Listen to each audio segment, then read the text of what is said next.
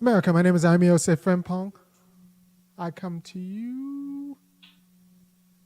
I come to you live every Monday and Thursday. Monday I do a relationship show. Thursday I do a more politics-focused show. And today's show is going to be on screens for your kids. Do not give screens to your kids. Do not let your kids watch television or play on your phone. A lot of you guys don't want to parent, so you just kind of give your kid your phone and you call that parenting, or you just put it in front of the television and call that parenting because you're very busy and you work hard and you just want them somatized or somehow taken out of the game while you get peace. And the only way you can get peace is by putting them in front of a tube that lobotomizes them.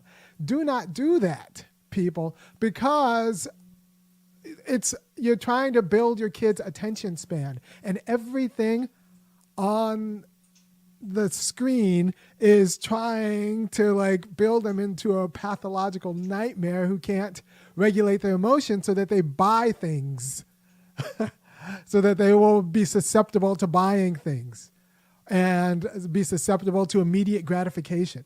The screen is programming your child. Get it out of your house. Your job as a parent, if you don't know, and a lot of you don't know, that's fine. That's why I'm here.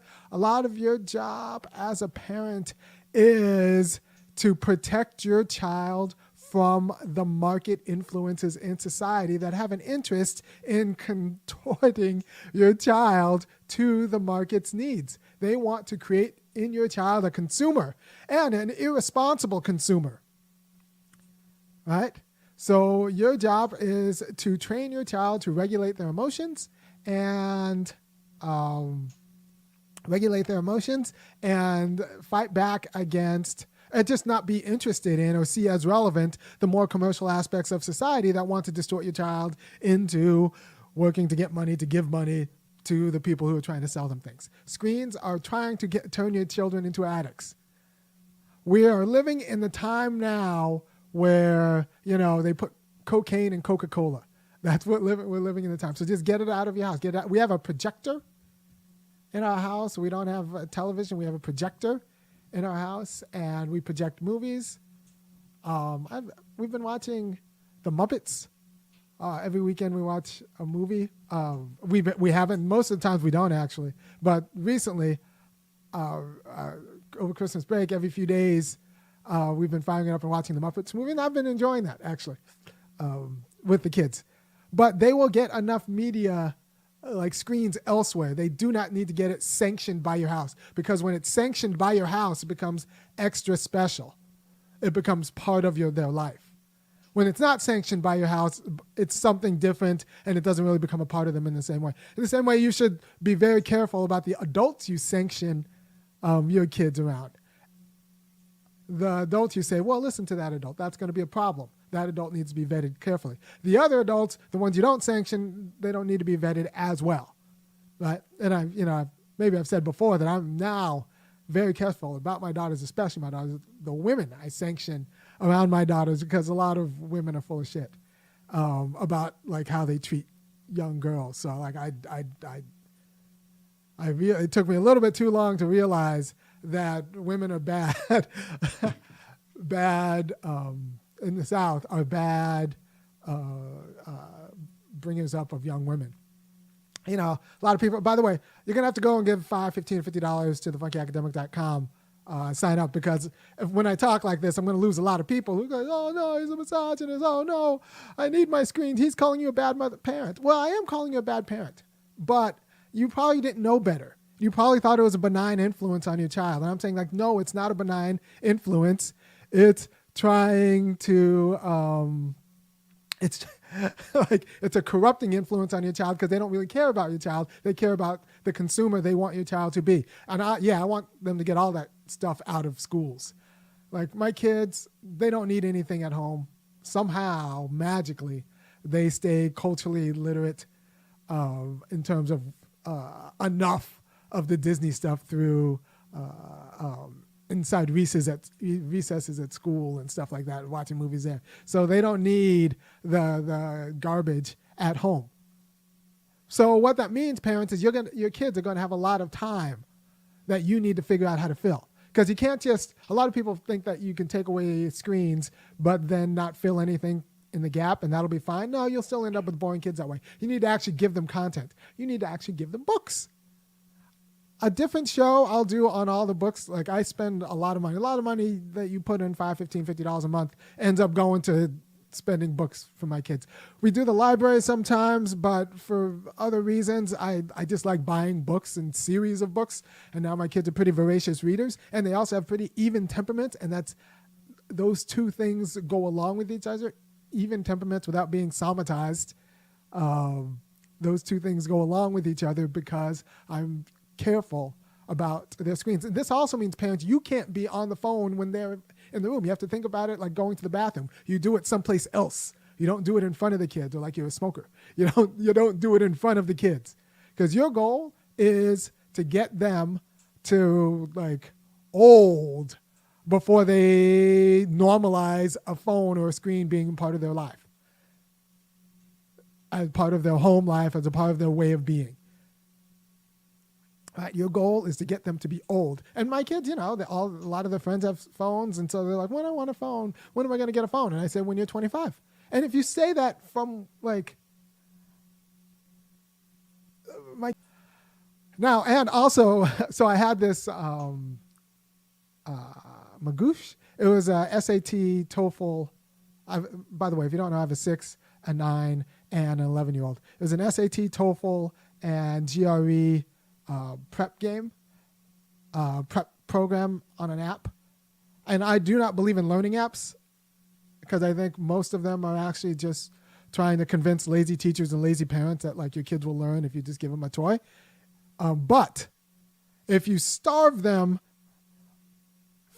from screen use in the right way, for a week, I let them play on Magoosh.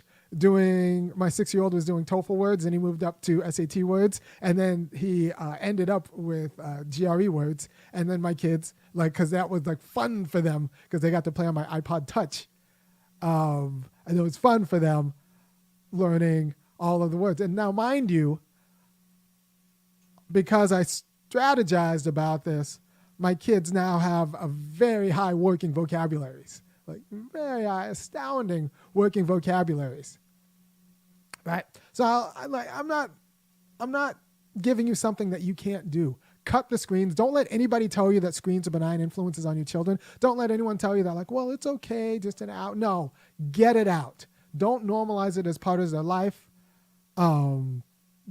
Get it out. Books instead. And you know what? You're going to have to spend more time with them. You're going to have to spend more time. First of all, everything will be quieter in your house. But you're going to spend more time with them because you have to break up the books with like physical activity and stuff like that. They just won't be deadened to the screen or the video game.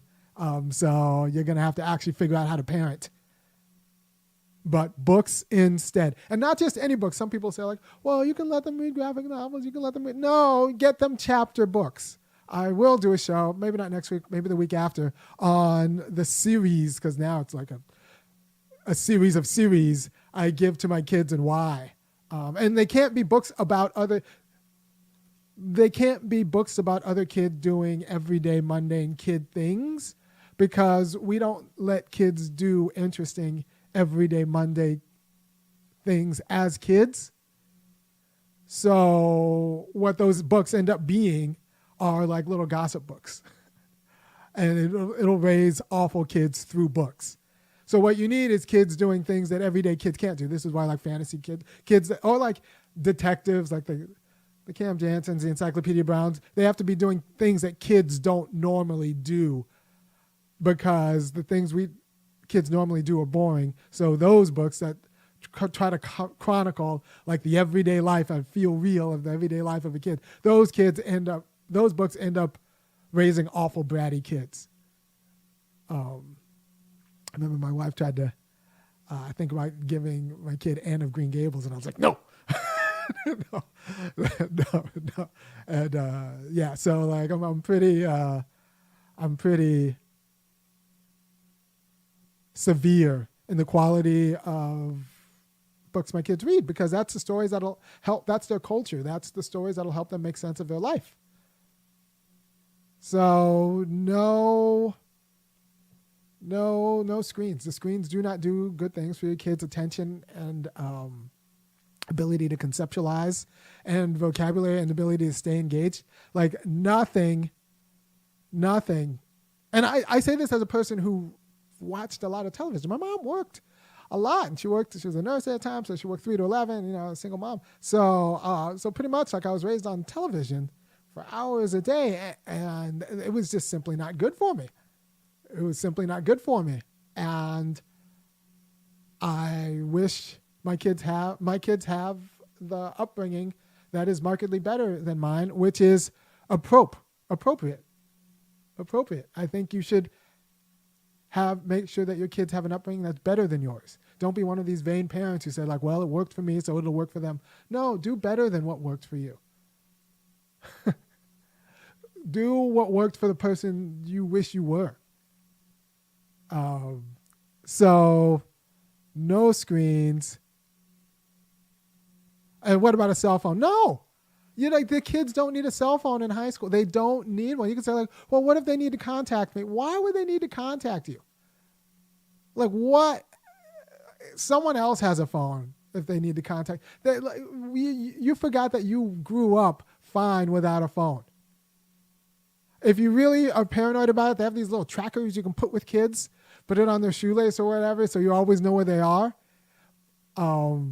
But they do not need a phone even in high school. They will get from point A to point B without calling you. In case of emergency, what are you going to do? They're far away.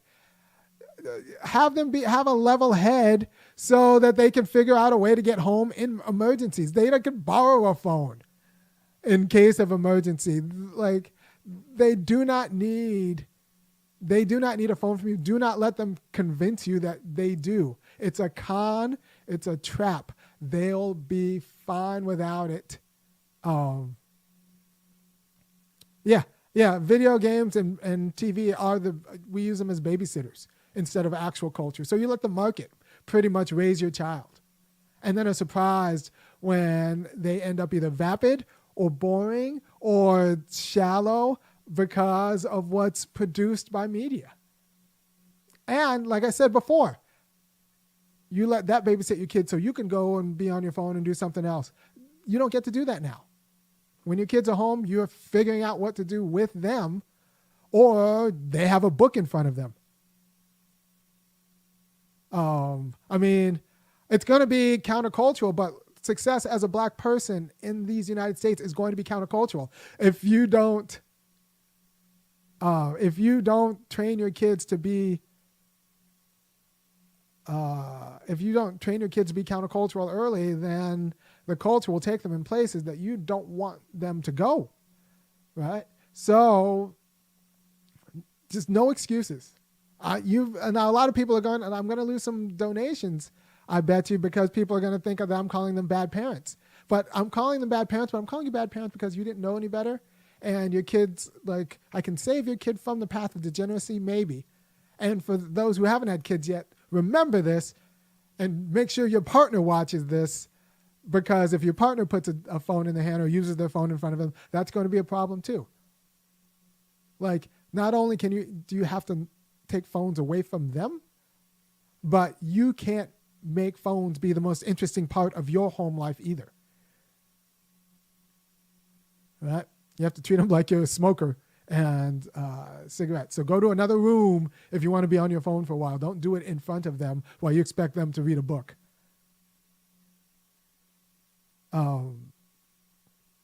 So kids do not need phones.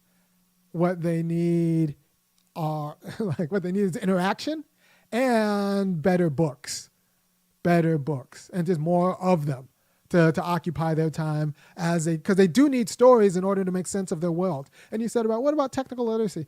If they're smart, they'll pick up the technical literacy. They'll pick up the technical literacy without, they don't need phones. They don't need spatial, this idea that you need to be able to contact them through a phone, through a text message is ridiculous. Now, my kids all have watches, so I can tell them to be at a certain place at a certain time. But the watch is a very simple. Plus, we do a lot of running as a family, so they get to keep their time. So yeah, so I'm watching a chat right now. Someone says, I watched my sister ignore her kids while she was on the phone, and when I pointed it out, we got into a huge fight. Yeah, that stuff breaks up relationships. Because now you have to end up telling mothers that they're being bad mothers because they let their kid on the phone. But the truth is they're being bad mothers. We don't like to tell women that they're bad at parenting, but parenting's a skill, and most people are bad at most skills because nothing about the skill is natural, or it wouldn't be a skill. Like if plumbing was natural, we wouldn't need plumbers because everyone would just know how to do it naturally, right? So parenting's a skill, and most people are bad at most skills. I'm trying to teach you to be better at these things.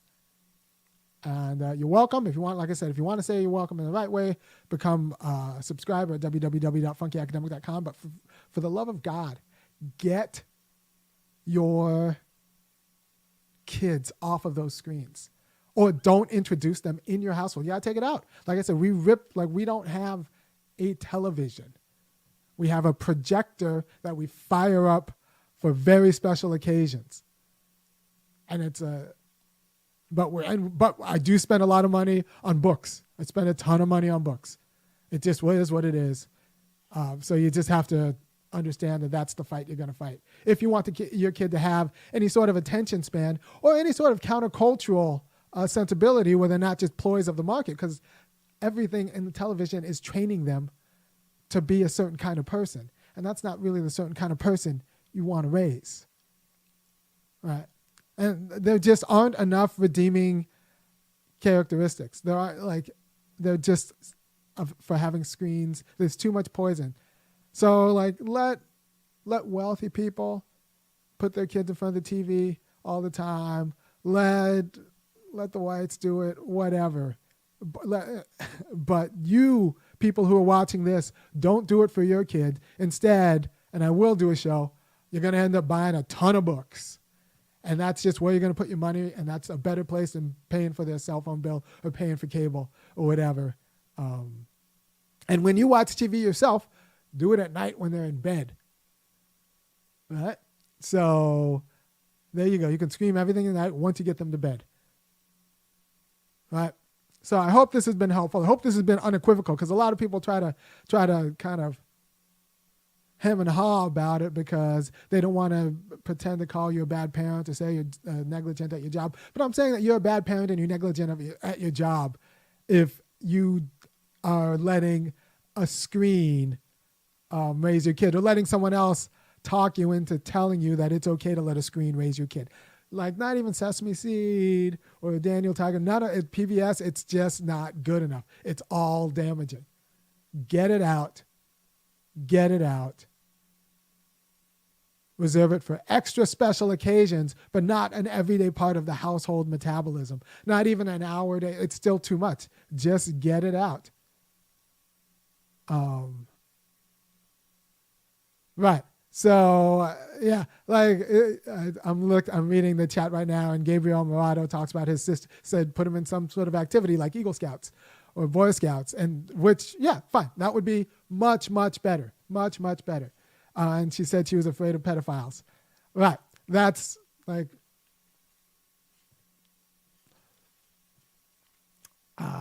there's always going to be an excuse. There's always going to be an excuse. And sometimes mothers aren't the best at mothering.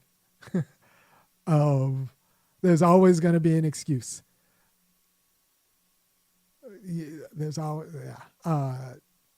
So just be unequivocal. Just get it out. It doesn't produce anything good for your kid. Nothing good comes out of it. Nothing good comes out of it. They'll get it after when they go to college, if they want a phone, maybe. But then by that time, they won't be so interested in it because you will have so well overscheduled them prior to that they just have too many other relevant, more interesting concerns that they'll find the other things boring, which is what you want. So please, for the love of the next generation, for the people like that my daughters are going to be with and marry and be friends with, none of them should have grown up with screens. Like, just get the screens out. Get the screens out of your house. Get them out of your life while you're with your kids. And if your kids have any problem with that, just say that they can get one when they're 25. And then keep stepping and put another book in their hand. And not just any book, one of the books I'm going to give you probably in the show in a few weeks. All right. Thank you for your time. If you appreciate what I'm doing, go ahead and go to www.funkyacademic.com, kick in $5, $15, $50 a month. And look, there have been, studies saying no screens for kids under 5, like 0 screens under kids for 5, but then over 5, it's fine. BS.